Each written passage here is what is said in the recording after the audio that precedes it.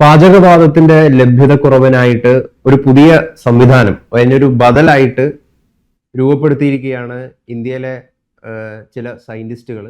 അതിനെക്കുറിച്ചുള്ള ഒരുപാട് ചർച്ചകൾ നടന്നുകൊണ്ടിരിക്കുകയാണ്. എന്തൊക്കെയാണ് കൂടുതൽ വിശദാംശങ്ങൾ? നമുക്ക് അറിയാൻ കഴിയുന്നത് CSIR-ഉം NCL-ഉം സംയുക്തമായി ചേർന്നുകൊണ്ടാണ് ഇത്തരത്തിലുള്ളൊരു ബദൽ ഒരു ഊർജ സംവിധാനം രൂപപ്പെടുത്തിയിരിക്കുന്നത്. ലിക്വിഫൈഡ് പെട്രോളിയം ഗ്യാസിന് ബദലായിട്ട് ഡൈമീഥൈൽ ഈതർ എന്ന ഒരു വാതകം ഉൽപ്പാദിപ്പിച്ചുകൊണ്ട് അത് ആദ്യമായിട്ട് ഇന്ത്യയിൽ ആദ്യമായിട്ട് ഉൽപ്പാദിപ്പിക്കുകയല്ല, ആർട്ടിഫിഷ്യലായിട്ട് ചൈന ഇങ്ങനെ ചെയ്യുന്നുണ്ട്. പക്ഷേ ചൈനയേക്കാൾ കുറച്ചുകൂടെ ഇഫക്റ്റീവായിട്ടുള്ള ചെലവ് കുറഞ്ഞ രീതിയിൽ ഒരു കാറ്റലിസ്റ്റ് ഉപയോഗിച്ച് ഈ മീഥൈൽ ആൽക്കഹോളിനെ ഡൈമീഥൈൽ ഈതർ എന്ന വാതകമായിട്ട് മാറ്റിയെടുത്ത് അത് പാചകവാതകം ആയിട്ട് ഉപയോഗിക്കാനുള്ള എല്ലാ പരീക്ഷണങ്ങളും വിജയകരമായിട്ട് പൂർത്തിയാക്കിയത് ഇന്ത്യയുടെ CSIR എന്ന് പറയുന്ന council for scientific and industrial research, അതുപോലെ നാഷണൽ കെമിക്കൽ ലാബോറട്ടറീസ് NCL, ഇവർ രണ്ടുപേരുടെ ചേർന്നിട്ടാണ്. ഇതിൻ്റെ ഒരു പ്രോട്ടോടൈപ്പ് പ്ലാന്റ്, അതായത് ഒരു ദിവസം 250 കിലോഗ്രാം ഈ ഡൈമീഥൈൽ ഈതർ ഉൽപ്പാദിപ്പിക്കുന്ന ഒരു പ്ലാന്റ് ഇപ്പോൾ തന്നെ പ്രവർത്തിക്കുന്നുണ്ട്. അത് വളരെ വിജയകരമായിട്ട് പ്രവർത്തിക്കുന്നു. അത് അതിൻ്റെ ഒരു കപ്പാസിറ്റി കൂട്ടാനായിട്ട് ഈ CSIR അതുപോലെ NCL കൂട്ടുകെട്ട് നമ്മുടെ IOCL, ഇന്ത്യൻ ഓയിൽ കോർപ്പറേഷൻ ലിമിറ്റഡുമായിട്ടും ONGC-യുമായിട്ടും ഇപ്പോൾ ചർച്ചകൾ നടത്തിക്കൊണ്ടിരിക്കുകയാണ്. അങ്ങനെ ചർച്ചകൾ നടത്തുന്നത് ഒരു സംയുക്ത സംരംഭം ആരംഭിക്കാൻ വേണ്ടിയാണ്. സ്വകാര്യ മേഖലയ്ക്കും ഈ വാതകത്തിന്റെ ഉൽപാദനത്തിൽ പങ്കെടുക്കാം. എന്തായാലും വരും ദിവസങ്ങളിൽ ഇവരുടെ ഒരു ശാസ്ത്രജ്ഞന്മാരുടെ അഭിപ്രായത്തിൽ ഇന്ത്യയുടെ ഇറക്കുമതി 10% കുറയ്ക്കാൻ ഇതുകൊണ്ട് കഴിയും. കാരണം ഒരു 3 വർഷത്തിനുള്ളിൽ തന്നെ 10% കുറയ്ക്കാനുള്ള ഉൽപാദന ശേഷി കൈവരിക്കാൻ സാധിക്കും എന്നാണ് ഇപ്പോൾ വിലയിരുത്തപ്പെടുന്നത്. അതായത് ഇന്ത്യയിൽ തന്നെ വലിയ പ്ലാന്റുകൾ തുടങ്ങിയിട്ട് ഒരു ദിവസം 2.5 ടൺ ഈ വാതകം ഉൽപ്പാദിപ്പിക്കുന്ന നിലയിലേക്ക് കാര്യങ്ങൾ മാറും. ഇതിന് വലിയ പ്രസക്തിയുണ്ട്. എന്താണെന്നാൽ നമുക്കറിയാം, ഇന്ത്യക്ക് ആവശ്യമുള്ള LPG ഇന്ത്യയിൽ ഉൽപ്പാദിപ്പിക്കുന്നില്ല, നമ്മൾ ഇറക്കുമതി ചെയ്യാൻ. അതിൻ്റെ ബുദ്ധിമുട്ടാണ് നമ്മളിപ്പോഴാണ് അനുഭവിക്കുന്നത്. നമ്മളിത് ഖത്തറിൽ നിന്നാണ് മുഖ്യമായിട്ടും ഇറക്കുമതി ചെയ്യുന്നത്, പിന്നെ മറ്റ് രാജ്യങ്ങളിൽ നിന്നും ഇറക്കുമതി ചെയ്യുന്നുണ്ട്. LPG പ്രകൃതിവാതകത്തിനോടൊപ്പം ഒപ്പം അതിൽ നിന്ന് വേർതിരിച്ചെടുക്കും. പ്രൊപ്പൈൻ, ബ്യൂട്ടൈൻ എന്നിങ്ങനെ 2 ഗ്യാസുകളാണ് LPG-യിൽ മുഖ്യമായിട്ട്, പിന്നെ മറ്റ് ചില വാതകങ്ങളുമുണ്ട്. അതുകൂടാതെ ഈ ക്രൂഡ് ഓയിലിന്റെ ഡിസ്റ്റിലേഷനിലും LPG ഉൽപ്പാദിപ്പിക്കുന്നുണ്ട്.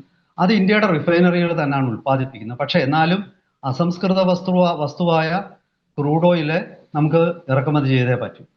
അപ്പോൾ LPG-യുടെ കാര്യത്തിൽ നമ്മൾ നല്ല രീതിയിൽ ഇറക്കുമതിയിൽ ആശ്രയിച്ചിരിക്കുകയാണ്. അത് കാരണം ഗൾഫിനോ അല്ലെങ്കിൽ മറ്റേതെങ്കിലും ഉൽപ്പാദകർക്കോ ഇന്ത്യ ഇത് വെച്ച് ഭീഷണിപ്പെടുത്താനോ അല്ലെങ്കിൽ ഇന്ത്യയോട് വില പേശാനോ ഒക്കെയുള്ള ഒരു സാഹചര്യമുണ്ട്. ഈ സാഹചര്യം ഇല്ലാതാവണമെങ്കിൽ നമുക്ക് നമ്മുടെ നാച്ചുറൽ ഗ്യാസ് റിസർവ്സ് നമുക്കുണ്ടാവണം.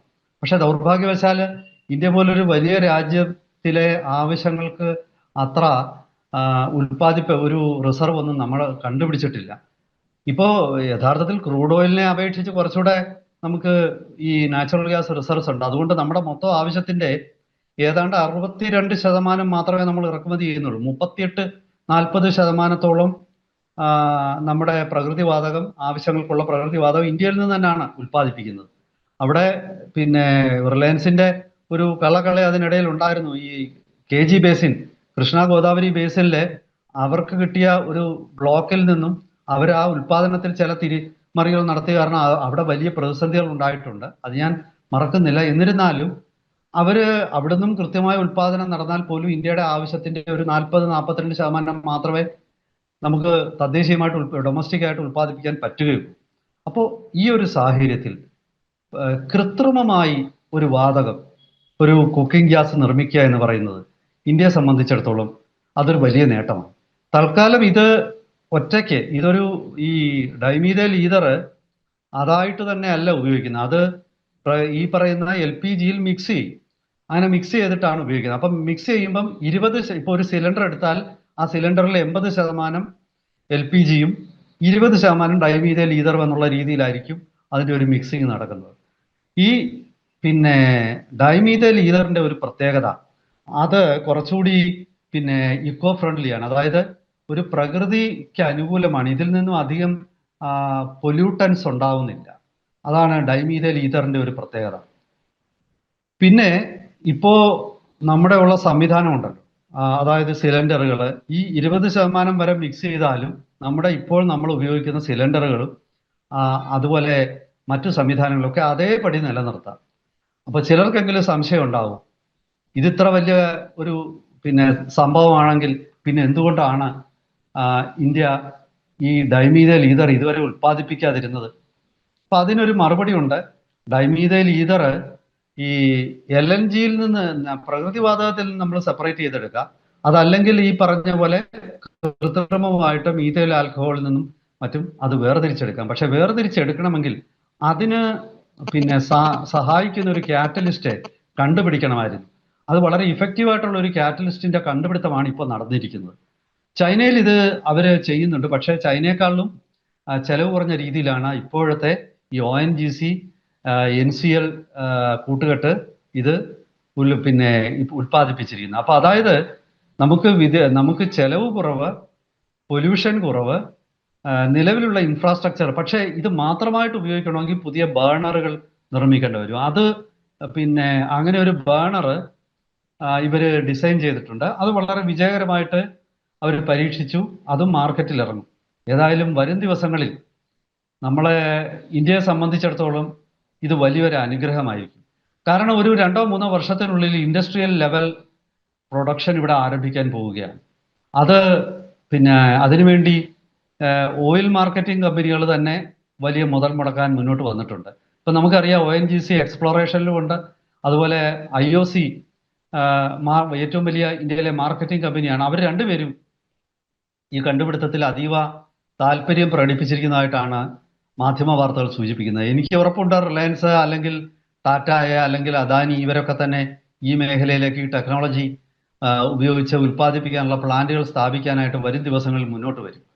അതായത് രാജ്യത്തിന്റെ പിന്നെ LPG പിന്നെ ഉപഭോഗത്തിലെ ഒരു നല്ല ശതമാനം ഇന്ത്യയിൽ തന്നെ ഉൽപ്പാദിപ്പിക്കുന്ന സമാന്തര പിന്നെ ഫ്യൂവൽസ് ഉപയോഗിച്ച് നടത്താനുള്ള ഒരു സാഹചര്യമാണ് ഇതിൽ തെളിഞ്ഞു വരുന്നത്. പിന്നെ ഇതിന് ഇനിഷ്യൽ ഇൻവെസ്റ്റ്മെന്റ് വേണ്ടി വരും.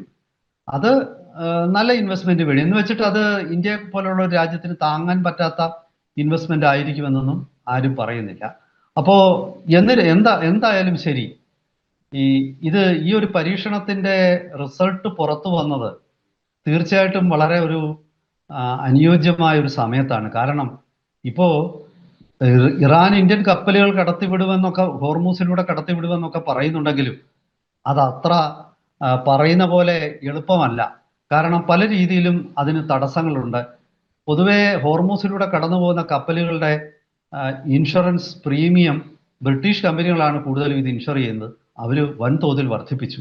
അപ്പോൾ അത് കാരണം LPG കയറ്റിക്കൊണ്ട് വരാനുള്ള പിന്നെ കണ്ടെയ്നർ ഷിപ്പുകൾ കിട്ടാനുള്ള ബുദ്ധിമുട്ടുണ്ട്. ഇനി കണ്ടെയ്നർ ഷിപ്പ് കിട്ടിയാൽ തന്നെ അവര് പലപ്പോഴും അത് യാദൃച്ഛികമായിട്ടെങ്കിലും ഒരു അപകടത്തിൽ പോയി ചാടാനുള്ള ഒരു സാധ്യത നിൽക്കുന്നുണ്ട്. എന്തായാലും അത് വളരെ കെയർഫുള്ളായിട്ട് മാത്രമേ ഈ പറയുന്ന ഓയിൽ ടാങ്കറുകളാണെങ്കിലും LPG വഹിച്ചുകൊണ്ടുള്ള കണ്ടെയ്നർ ഷിപ്പുകളാണെങ്കിലും ഹോർമുസിലൂടെ ഇന്ത്യയിലേക്കും ചൈനയിലേക്കും പോലും അവർ പോവുകയുള്ളൂ. അപ്പോൾ അത് കാരണം തൽക്കാലം ഈ LPG-യുടെ ലഭ്യത കുറഞ്ഞു തന്നെ ഇരിക്കാനാണ് സാധ്യത. ഇത് മാത്രവുമല്ല, LPG-യുടെ വില ഇപ്പോൾ പലയിടത്തും കൂടിയിട്ടുണ്ട്. ഇന്ത്യയിൽ തന്നെ ഇപ്പോൾ 90 രൂപ എന്തോ കൂടിക്കഴിഞ്ഞിരിക്കുന്നു. കമേഴ്സ്യൽ ആവശ്യത്തിനുള്ള സിലിണ്ടറുകളൊന്നും തന്നെ ഇപ്പോൾ വേണ്ട രീതിയിൽ ലഭ്യമല്ല. ഇങ്ങനെ ഒരുപാട് തടസ്സങ്ങൾ ഈ LPG-യുടെ വിതരണത്തിലും അതുപോലെ തന്നെ ലഭ്യതയിലും ഇപ്പോൾ നേരിടുന്നുണ്ട്. ശരിക്കു പറഞ്ഞാൽ അതിനൊക്കെ തന്നെ ശാശ്വതമായ ഒരു പരിഹാരമാണ് ഈ ഡൈമീഥൈൽ ഈതർ എന്ന വാതകം ഉപയോഗിക്കുന്നത്. ഇത് പിന്നെ ഏതാണ്ട് എൽ പി ജിക്ക് സമാനമായിട്ട്, എൽ പി ജിയുടെ നിന്ന് അല്പം കുറവാണ്, പക്ഷേ എങ്കിലും സമാനമായിട്ടുള്ള ഊർജം ഒരു പിന്നെ ഇപ്പോൾ ഒരു 15 കിലോ എൽ പി ജിയുടെ ഒരു കത്തിക്കുമ്പോഴുള്ള ഊർജവും 15 കിലോ ഡൈമീഥൈൽ ഈഥർ കത്തിക്കുമ്പോഴുള്ള ഊർജവും അത്ര വലിയ വ്യത്യാസമൊന്നും ഇല്ല എന്നാണ് ഇപ്പോൾ കണ്ടെത്തിയിരിക്കുന്നത്. അതായത് നമ്മളിപ്പോൾ ഉൽപ്പാദിപ്പിക്കുന്നത്, ഇതിനു മുമ്പ് ഉൽപ്പാദിപ്പിച്ചുകൊണ്ടിരുന്ന ഡൈമീഥൈൽ ഈഥറിന് ഊർജത്തിന്റെ കാര്യത്തിൽ കുറച്ച് പിന്നോട്ടായിരുന്നു. പക്ഷേ ഇപ്പോൾ ഇന്ത്യ കണ്ടുപിടിച്ചിരിക്കുന്ന ടെക്നോളജിയിലൂടെ ഉൽപ്പാദിപ്പിക്കുമ്പോൾ അത് എൽ പി ജിയുടെ ഇതിന് സമാനമാണ്. അങ്ങനെ പല രീതിയിലും ഇതൊരു ചരിത്രപരമായ മുന്നേറ്റമായിട്ടാണ് ഇപ്പോൾ മാധ്യമ വാർത്തകൾ വരുന്നത്. എന്തായാലും വരും ദിവസങ്ങളിൽ ഇത് സംബന്ധിച്ചിട്ടുള്ള കൂടുതൽ വിവരങ്ങൾ പുറത്തു വരുമ്പോൾ നമുക്ക് പ്രേക്ഷകരുമായിട്ട് പങ്കുവെക്കാം.